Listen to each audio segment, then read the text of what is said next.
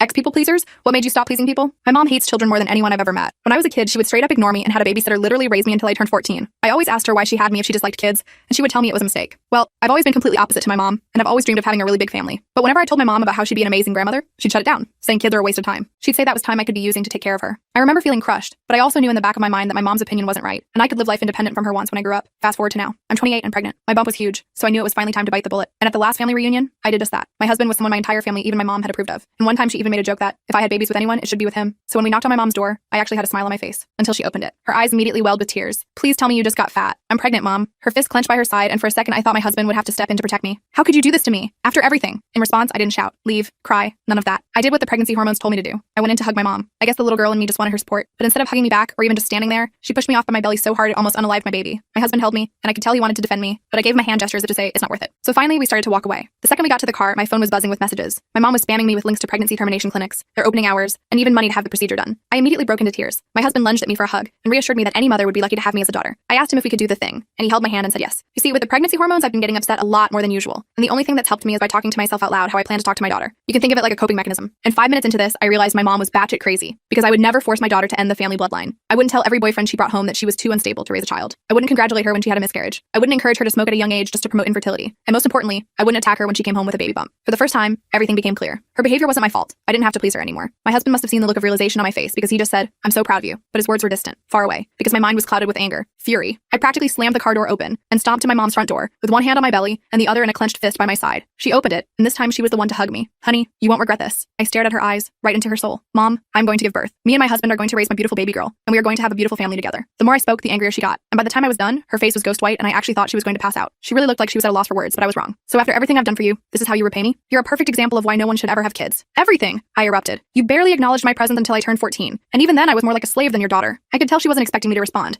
because she just stared at me with her mouth slightly open. But I kept going. "Do you remember the first doll that I brought home? You cut it into pieces from the neck down, and threw the parts all around the house and forced me to clean it up. That was for your own good." "Enough," I interrupted. I had had enough. My husband lightly put his hand on my lower back, and we just left. As he drove us home, I was completely silent. I felt my baby kicking, and knew she could never meet her grandmother. But above all else, I was filled with regret. Regret for how I had let her treat me, how long I had been walking on eggshells around her, how I had spent my whole life trying to make her happy. But that regret was soon replaced with anger again. I knew I had to do something, not just for me, but for my baby girl, because my mother was coming back into my life, as she did not want me to have a baby. I couldn't finish the story in this short video, but it gets intense. Click the link or go to my channel to watch it.